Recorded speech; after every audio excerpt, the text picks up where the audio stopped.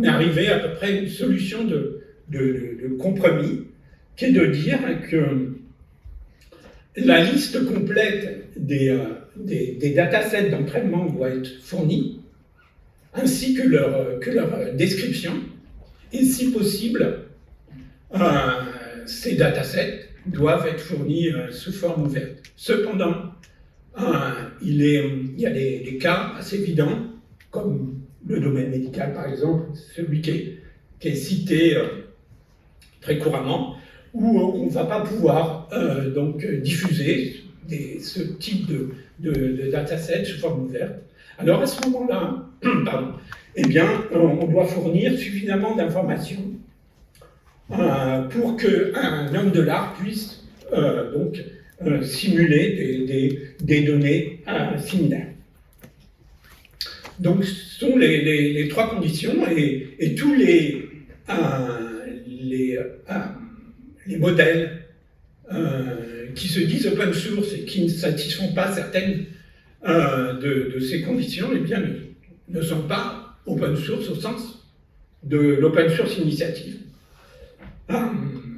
Donc, c'était une étape importante parce que pendant quelques temps, là, il y a un certain nombre de personnes qui ont raconté beaucoup de choses sur l'open source sans vraiment savoir de quoi on parlait. Le deuxième élément pour l'aspect open source qui nous a semblé fondamental, c'est l'impact communautaire.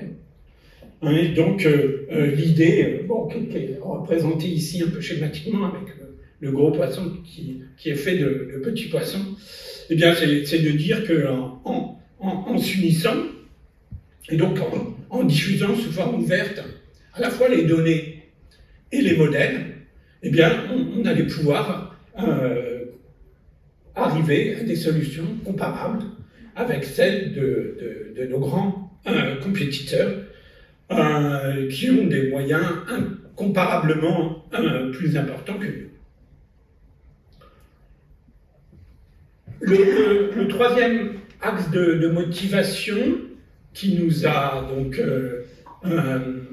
piloté pour le développement de l'UC7B, c'était donc le fait de développer des langages dits petits. Alors, un petit modèle de langage, c'est une notion toute relative, mais au jour d'aujourd'hui, donc la communauté considère qu'un modèle de type 7B, c'est-à-dire 7 milliards de paramètres, est un petit mandat, un petit modèle. Et pourquoi on a décidé de travailler là-dessus? Eh bien, d'une part, parce qu'il y a un certain nombre de papiers qui montrent que ce type de petits modèles, eh bien, ils permettent d'atteindre des performances tout à fait comparables, voire meilleures, que des gros modèles sur des tâches spécifiques. Que ces petits modèles, eh bien, ils sont beaucoup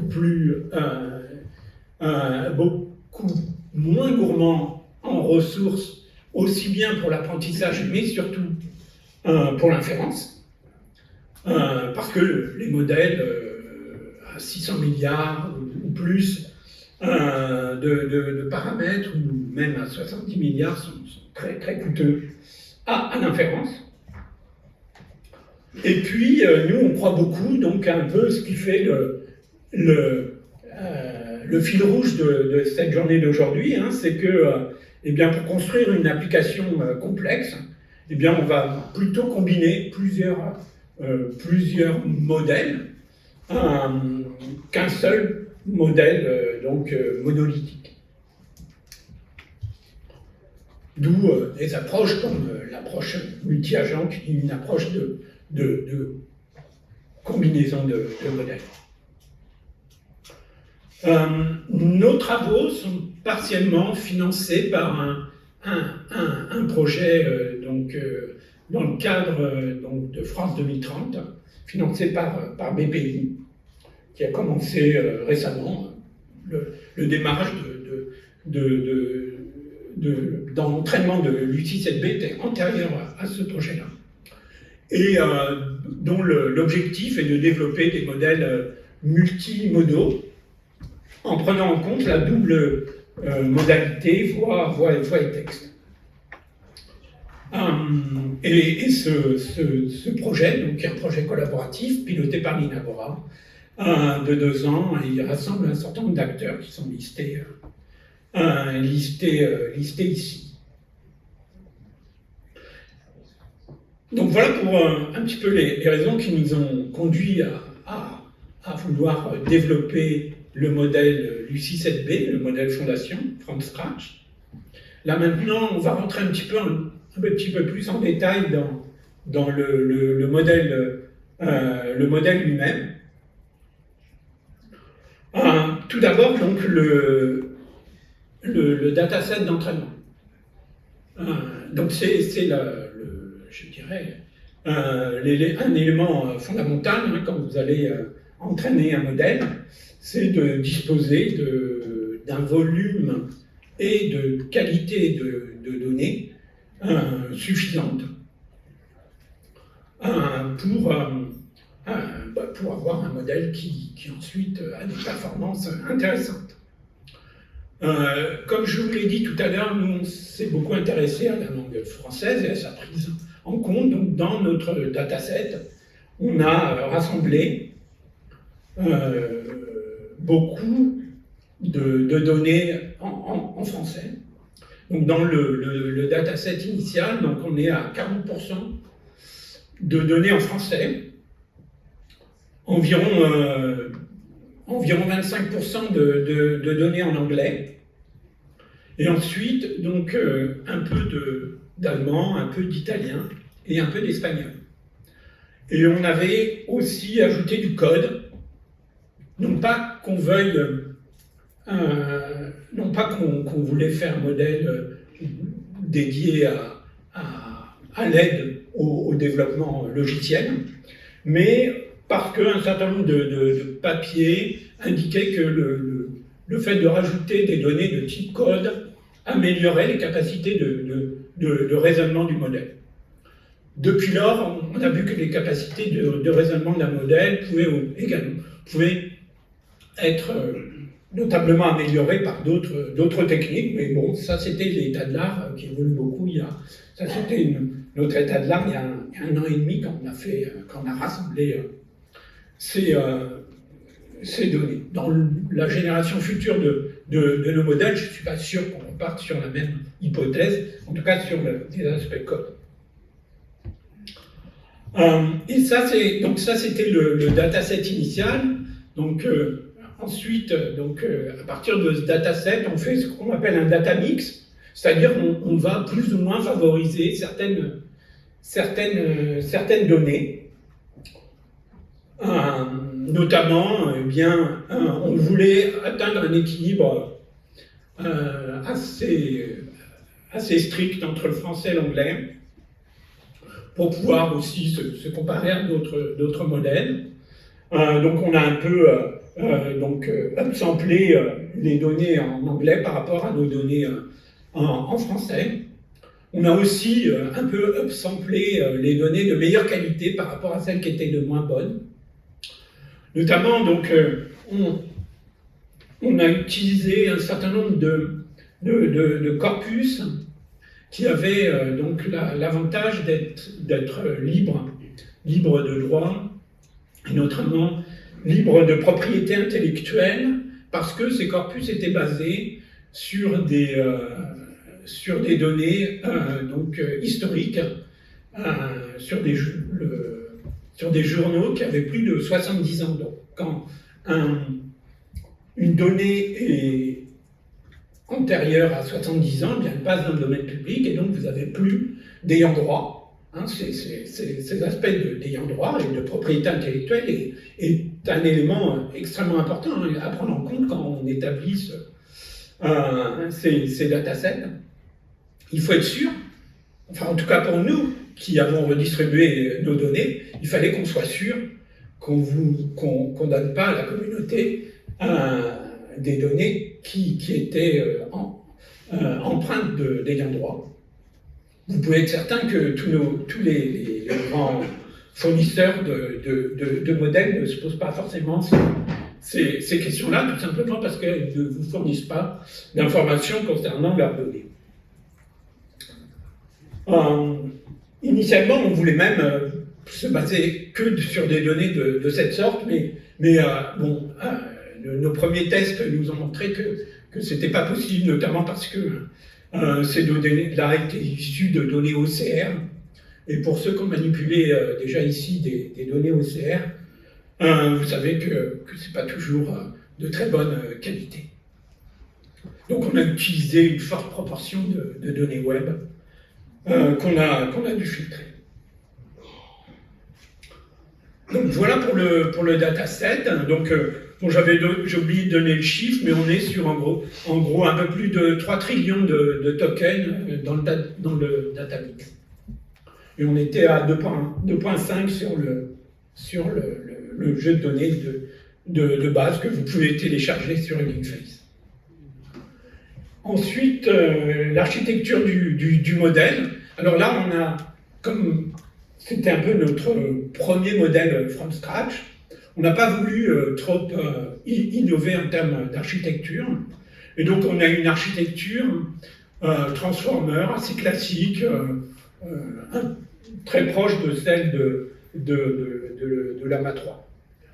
Donc, on utilise le groupe Query Attention, des Rotary Positional Embedding, et vous voyez ici la configuration en termes de couches. Bon, on ne rentrera pas dans les détails, mais simplement, à noter que, in fine, donc on n'a pas un modèle vraiment à 7D, c'est un modèle à 6,7 milliards de paramètres.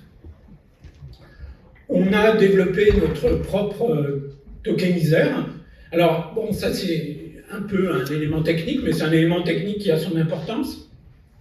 Quand vous développez un modèle, et ensuite, quand vous allez l'utiliser, eh bien, vos données textuelles vont être transformées donc, sous forme d'embedding, mais il y a une phase de tokenisation préalable qui va permettre de représenter ces données textuelles sous un format compréhensible ensuite par le modèle. Et donc, ce tokeniseur, il dépend de la qualité de ce tokeniseur, va dépendre également les performances du modèle. Bon, je vous passe les détails, mais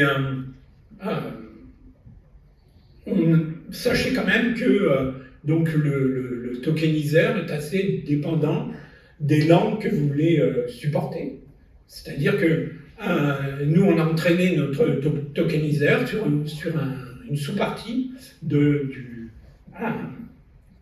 données que je vous ai montrées initialement.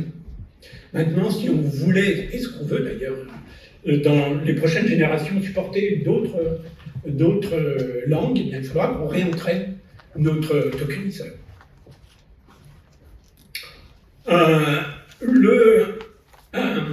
L'enchaînement, le pipeline de training, de manière assez classique, lui aussi, était constitué de 3 phases. Alors, ce qui est moins classique, c'est la proportion qu'on va mettre, la proportion de données qu'on va utiliser dans ces différentes phases. On a fait donc une première phase avec, donc on a utilisé donc les 3 trillions de tokens. Donc le modèle a vu toutes les données. Donc c'est ce qu'on appelle la phase de pré-training en elle-même. Et ensuite, donc, on a fait une deuxième phase pour étendre la taille du contexte. Donc on est passé d'un contexte à 4096 tokens à un contexte à 32 000 tokens. Et on sait que la taille de ce contexte est un élément important, notamment pour tout ce qui concerne les applications type RAG, qui sont gourmandes en largeur de contexte. Et ensuite, une phase dite d'annealing, où on a pris donc une toute petite partie de nos données, celles qu'on a estimées de la meilleure qualité, et également On a rajouté des données mathématiques parce qu'on avait vu, on a évalué, évidemment, quand vous entraînez ce modèle, hein, ça dure quelques mois sur Jean Zay. Eh bien, évidemment, on évalue pratiquement journellement les qualités du modèle. On a vu qu'il n'était pas très bon en mathématiques. On a rajouté à la fin des données mathématiques. Bon, on n'est pas très content quand même des performances in fine sur le sujet du modèle fondation. Mais bon, c'est pas très grave parce que ce sont des capacités qui généralement sont acquises en phase de fine-tuning. Donc, juste quelques mots pour vous dire qu'on a utilisé grâce à l'IDRIS, qui est l'entité du CNRS, qui fournit des capacités de calcul aux structures de recherche, qu'elles soient publiques ou privées en France. Eh bien, on a utilisé le supercalculateur Jean Zay. Notamment, on était lauréat d'un appel au moment du lancement de la nouvelle tranche H100. On a utilisé 512 H100 sur environ 500 000 heures d'H100 pour entraîner, pour le pré-training du modèle Lucide. En utilisant pour les spécialistes un outil qu'infort de Megatron DeepSpeed.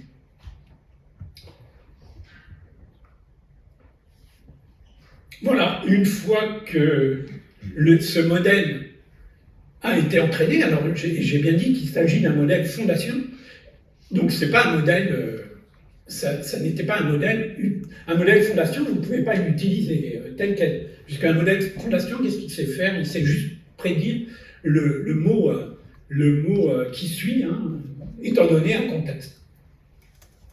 Et c'est-à-dire qu'ensuite, qu'on va faire de l'instruct et de l'alignement de modèles pour le doter de capacités pour en faire par exemple un modèle de chat. Ça, c'est pour vous dire qu'on a évalué notre modèle fondation et que sur des benchmarks assez standards, on constate qu'il a sans trop de surprises, on ne s'est pas complètement planté, et il a d'assez bonnes performances sur tout ce qui concerne le français. Et il se comporte assez bien sur l'anglais, mais bon, ça c'est pas forcément étonnant, sur l'allemand, l'espagnol et l'italien. Et comme je vous disais tout à l'heure, on n'est pas très content des performances dans le domaine mathématique. Et ensuite, on a